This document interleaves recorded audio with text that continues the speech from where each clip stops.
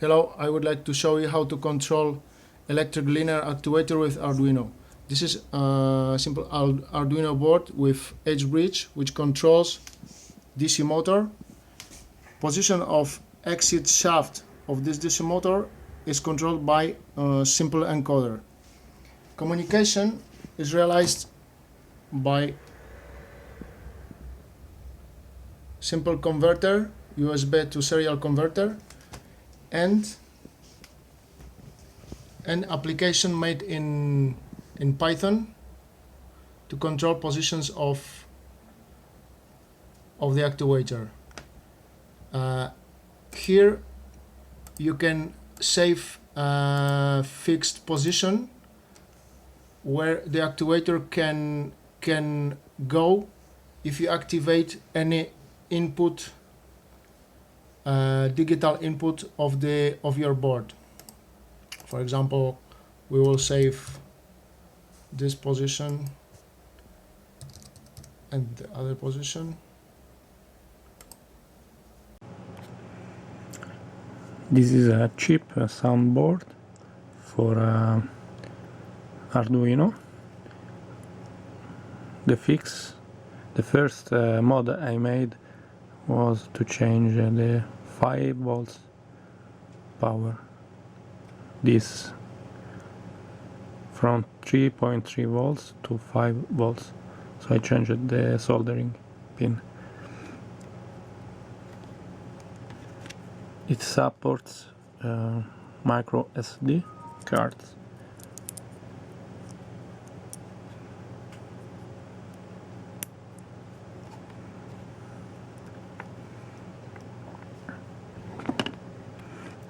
I made this.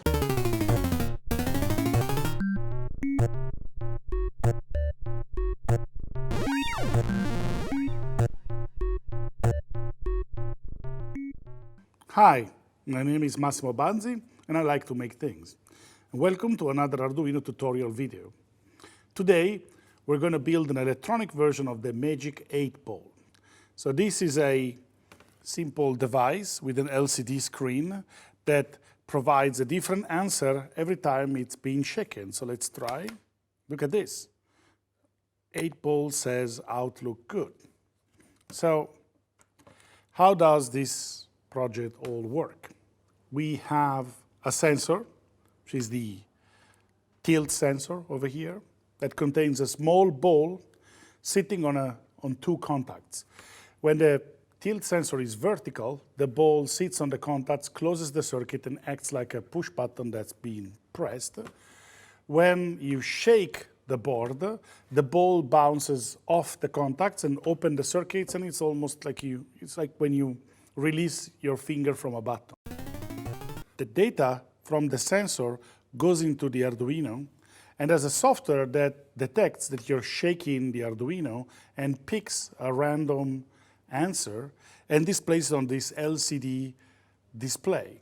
It's fairly simple to connect an LCD screen to Arduino, and this one in particular because it's a character-based LCD. So it contains already electronics on the LCD module itself that can receive data from the Arduino in terms of character codes and then display the characters on the LCD screen in the right position. Let's have a look at the circuit. So we have the LCD module here. We are bringing 4 wires from 4 Arduino pins to the LCD modules. Those 4 wires carry the data from the Arduino to the LCD screen.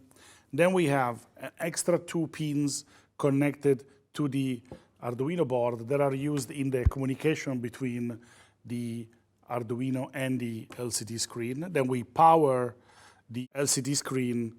You see there's a red and a black wire coming from the plus and minus rail. Then there is this potentiometer. The potentiometer here is used to generate a voltage between 0 and 5 volts that is applied to the contrast pin. So if I start turning this potentiometer, you can see that the contrast on the display changes. So we have to tweak it until the value makes the display work properly. So this can be tweaked depending also on the angle that you watch the LCD. So as I said, data, a couple of control lines, power, contrast, and this is all we need in order to connect to the LCD module. Here we have the tilt sensor is wired up exactly like a regular push button. So we have one leg of the tilt sensor is connected to a resistor to ground. The other one is connected to 5 volts. And the place where the resistor and the tilt sensor connect is where we connect a wire that goes to an input on the Arduino board. Then the Arduino can read if the tilt sensor is connected or not. So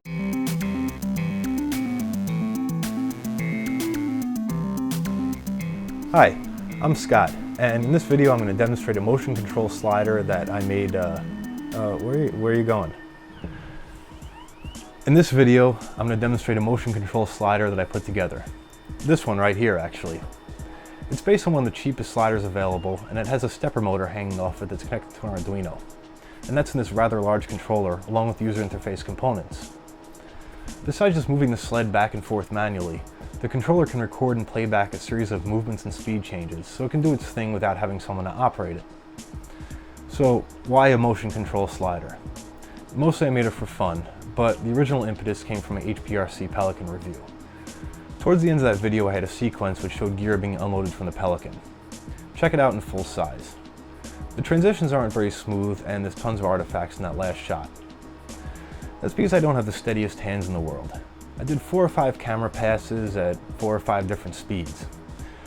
It was one of the last shots of the video and I got lazy.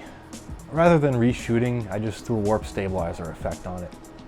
That smoothed out the apparent speeds, but it introduced all the artifacts. So instead of using my own shitty hands, I figured I should just build a machine to do the same job. Now here's a reshoot with the HPRC case being unloaded using the motion control slider, and it's much smoother. Besides shots like that, motion control is just the ticket for stop motion animation, shooting in different settings for later composition, or just act as camera operator when you're a one-man show like me. Here's a slow motion shot of me dropping some RAM on the table. It was recorded at 60 frames per second, but you're seeing it at 24 FPS. Listen, this was my first real Arduino project, and I'm far from a mechanical or electrical engineer. I'm going to be telling you how I did this, but it's not necessarily the right way to do it.